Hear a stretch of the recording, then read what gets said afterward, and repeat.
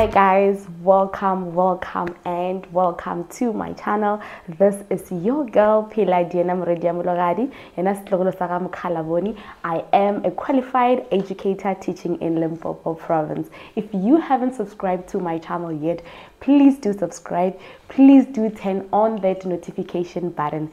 Please know that whatever that I share on my channel is based on my personal experiences as an educator. Well, message of appreciation to those who have wrote emails to me, those who have subscribed, and I would also like to say to those who have requested videos, to those who have made proposals to me, I'm onto it. I haven't forgotten. So guys, I'm super excited about today's video because we're going to be discussing all things reading. I have shared a video on reading before, which were the fundamentals of reading, where you teach learners how to read from a young age, which is the basics of teaching how to read, from phonics to reading words and to reading sentences. So today I am going to be sharing another reading strategy, which is group guided reading.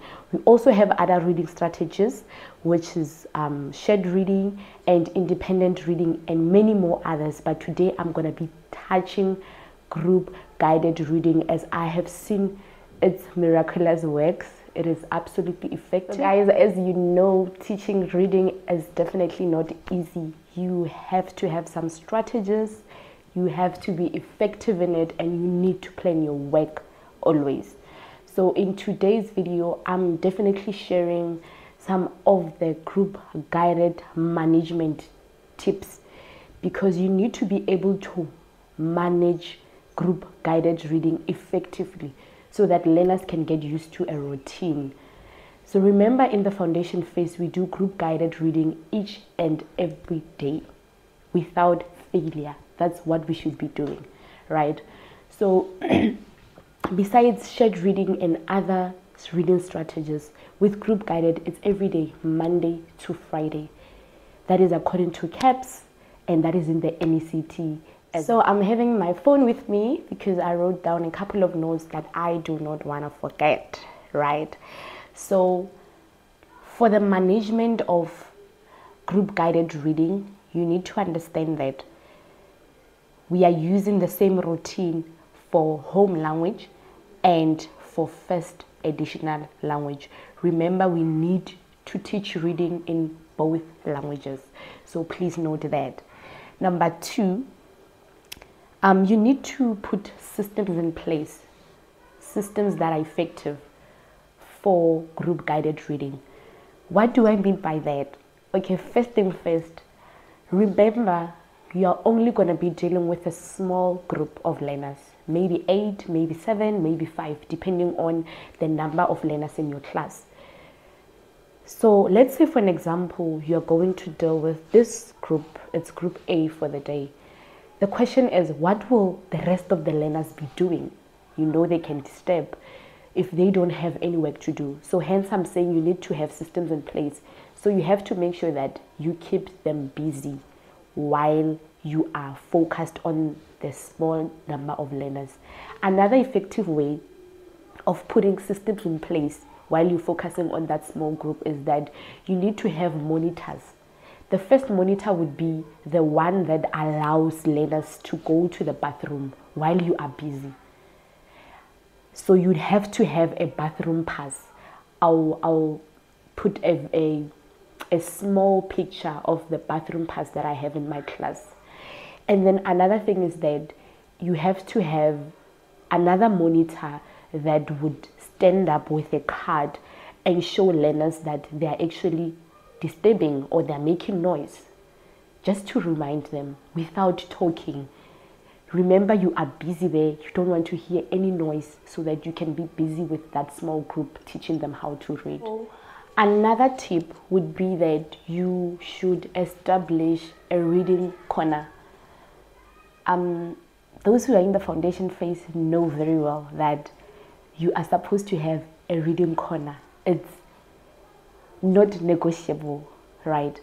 But I would understand that some educators would say, I have a lot of learners in my class and I cannot establish a reading corner. You know, even in the intermediate phase, you're supposed to have that. It's not only for foundation phase. But if you don't have a reading corner, or you don't have a mat, or you don't have a space for that, you can always call that group to your table so that you can focus on them. It would still be effective. You can take the learners to the corridor. It will still be effective. So no excuse on that. I want to still emphasize on the systems that you should put in place. And one of the systems would be appointing a monitor as well, so that they can take care of the resources. What do I mean by that? Remember, as you put learners into different groups, into different reading abilities, they're not going to read the same materials. So that means as an educator, you need to go out there and find different reading materials. And that would not be difficult because we already have DBE workbooks at school. We have DBE workbooks for grade 1, grade 2, grade 3. So for instance, if you are teaching grade 3, you'd have to have DBE workbooks from grade 1 and grade 2 so that you can accommodate the learners who are still struggling. The question would be, how do you sort learners into different reading abilities, right? First thing first, let's say it's January, or it's now, for argument's sake, it's okay. In order for you to do justice or the right thing in categorizing the learners, you will have to call each and every one to your desk privately so that they can read for you and you know the level in which they are in, right?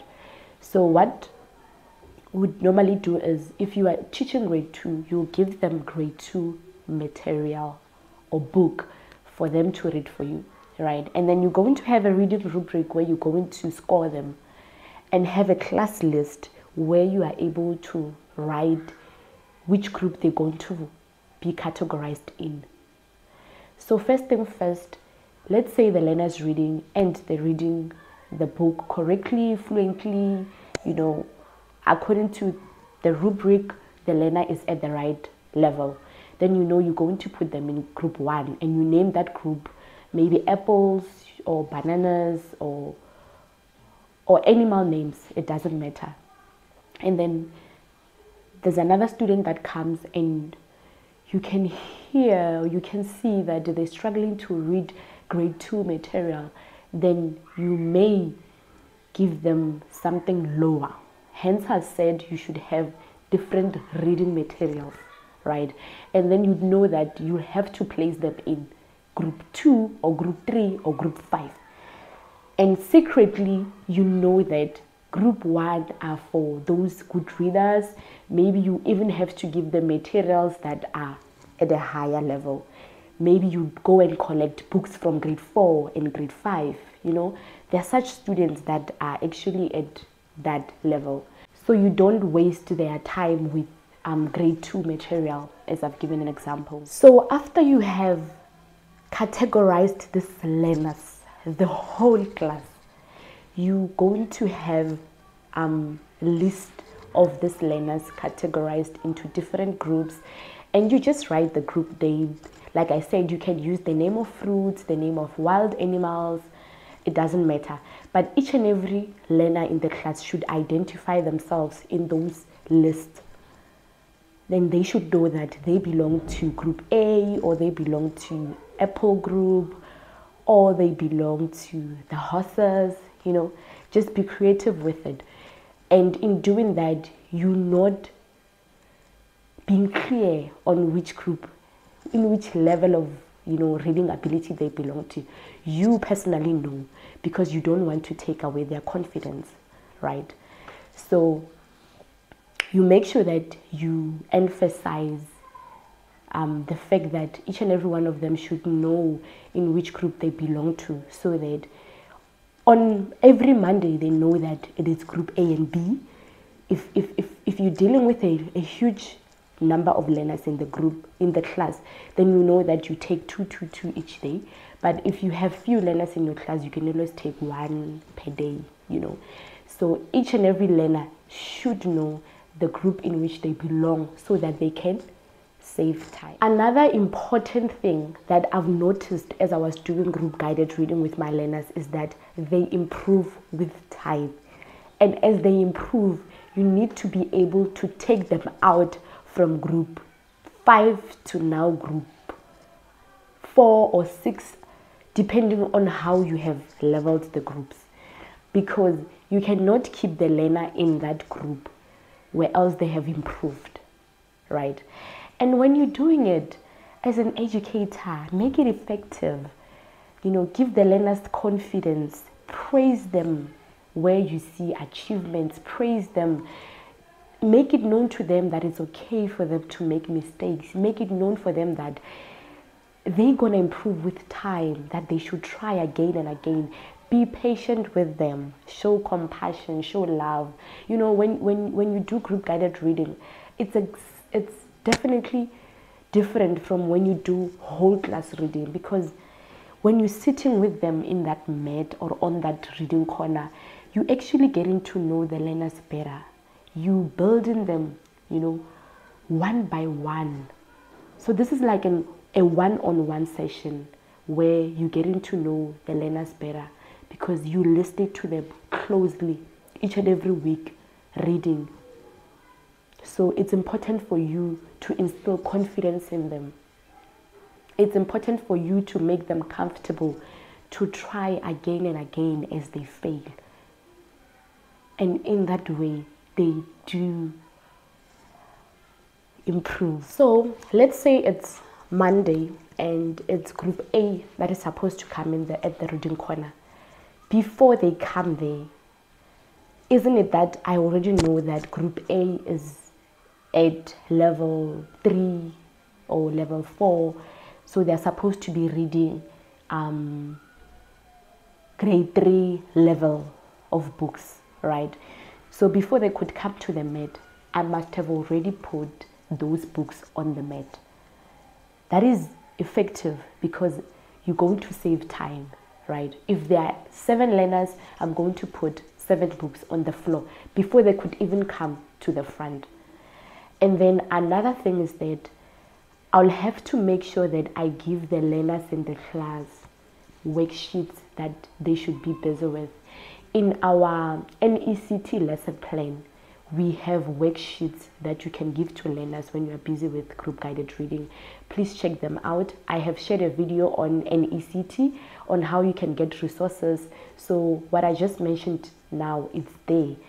So every week there are worksheets where learners read independently, where they do activities alone. So that is the work that is going to keep that group busy while you are busy with this one, so that they do not disturb you.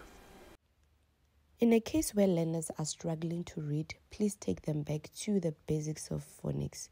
If you have gadgets in your school, please download apps that support the reading of phonics, and also download games that are for reading.